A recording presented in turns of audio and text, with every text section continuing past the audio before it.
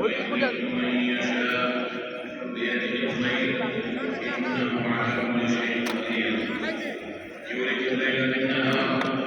ويخرج النهار في الليل ويخرج الحي من الميت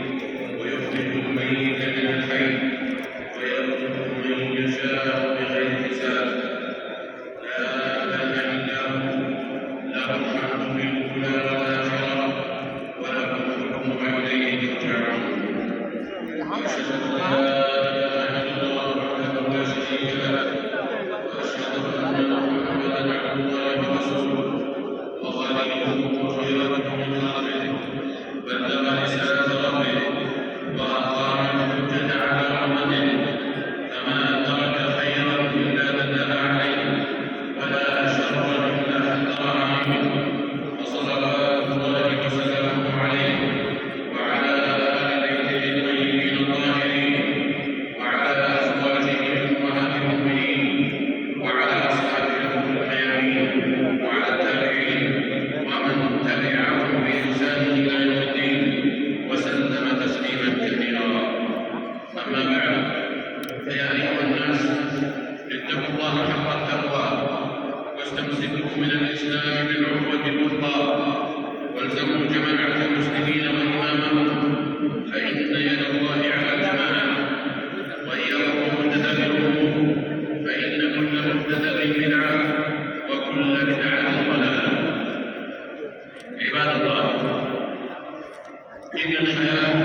تقلب وتداول تحمل في طياتها أفراحا وأتراحا وضحكا وبكاء وكدرا وصفاء من سره زمن ساءه زمن آخر فمن الرسول كثيرا ونفس المرء تحوم بها في كل اتجاه زوابع الكدر والقدر والهموم والغموم ومثل هذا التراكم عباد الله كثير بغياب راحة البال عن المرء حتى يحيل له العسل مرة والعذب من شجاعه ومما لا غير فيه عباد الله أن من أعظم النعم في هذه الحياة راحة البال فإن من ذاقها في حياته فكأنه ملك كل شيء ومن فقدها في حياته فكأنه لم يملك شيئا البتة ولا ينبغي أن يفهم أحد أن راحة البال تعني ترك العمل أو هي الدعاء والكسل كلا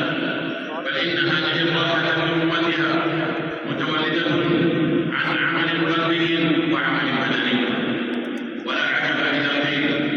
إن العمل من مقتضيات راحة البال والبال أيها المسلمون هو الحال والشمس يقال فلان رحيم البال ونعيم البال أي موفور العيش وهذه النفس والخاطر وهو باعتبار ما يضاف إليه فتم تكسر بال وشر بال وفساد بال والغرض المشهور لكل عاقل هو راحة البال التي هي صلاحه وصفاؤه والله جل وعلا يقول الذين كفروا وصدوا عن سبيل الله أضل أعمالهم والذين آمنوا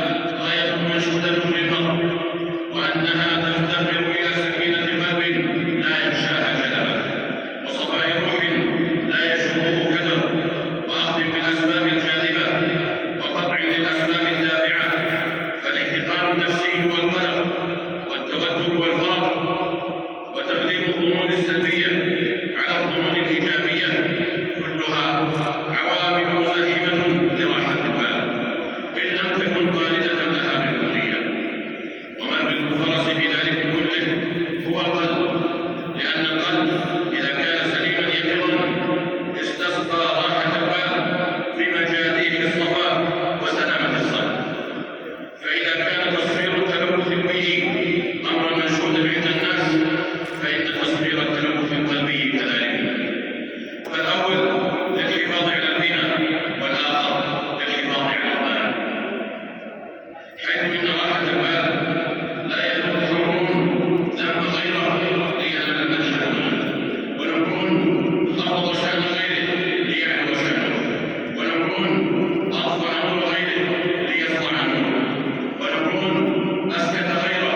ليكون الحديث له وحده، ونكون صاعدا على أعداء الآخرين ليقضي الثمرة له دونه. ولن يكون راحة البال من لم يتصالح مع نفسه ومع الناس ويصفر صراعاته معهم، وكذلك لن يذوق راحة البال من لم يكن كما هو بلا تكلف، ومن لبس لبوسا ليس لبوسا، ومن مشى مشية ليست مشية. فعلى المرء المسلم أن يعيد تقييم نفسه وينظر في كل ما يعنيه ويتسلل لوادا من كل ما يحب الله بروحه وجسده، فلا راحة بال لحاسد، ولا راحة بال لهمام، ولا راحة بال لقلب ملئ بالضرائب، وإنما يمنح الله راحة البال لمن كان محموم القلب. أتدرون من هو محموم القلب؟ إنه التقي النقي لا إثم فيه ولا غل ولا بغي ولا حسد، كما صح بذلك الخبر عن الصادق المصدوق صلوات الله وسلامه عليه. إن راحة البال لنعمة كبرى ومنحة جلة لا ينالها كل واحد، فهي لا تشترى بالمال ولا تفتقر بالقلب، لأنها إحساس قلبي وشعور عاطفي لا تستحلفه زخارف الدنيا بالغة المبلغ من المال والجاه، وفي الوقت نفسه لا يعيقه فقر ولا عوز بالغين ما بلغ من المسخرة والإملاق. فقد ينال راحة البال فقير يبيت على حصير ويفتقدها غني يتكئ على ضرائب ويفترش الحرير. فذلك الشعور العاطفي عباد الله هو راحة البال التي لا تتحقق إلا بجسر مشيب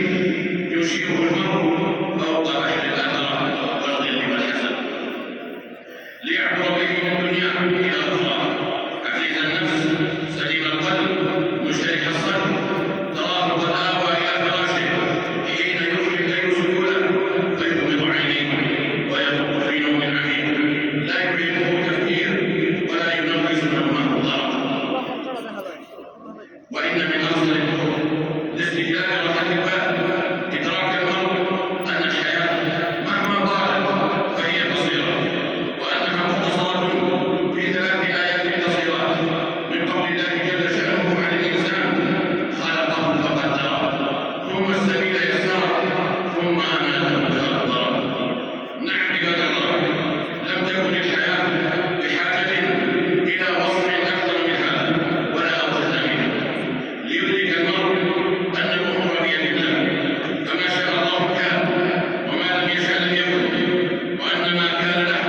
فسيأتيه وإن أبى الناس أجمعون، وأن ما لم يكن له فلن يأتيه ولو ملكه المتقارب، وأن ما مضى فلن يرجع إليه، وأن المستقبل غيب لا يعلمه إلا الله، وأنه ليس له إلا ساعة هدى هو فيها. ولهذا استدل أهل المعرفة على راحة بال المرء ب3: بحسن التوكل فيما لم ينل، وحسن الرضا فيما قد نال، وحسن الصبر على ما قد فات. إن المرء لمثل هذا الفهم واستصحابه في كل نال سيتدثر براحة باله ويتزود بسكينة قلبه وصفاء عيشه. ولأجل أن يؤمن المرء لنفسه ديمومة راحة البال فعليه استصحاب أمور 4: أولها أنه لا نجاة له من الموت، بل هو ملاقيه وإن فر منه، لأن الموت يرقبه من أمامه لا من خلفه. وإن الموت الذي تفرون منه فإنه ملاقيه، وليستحضر في نفسه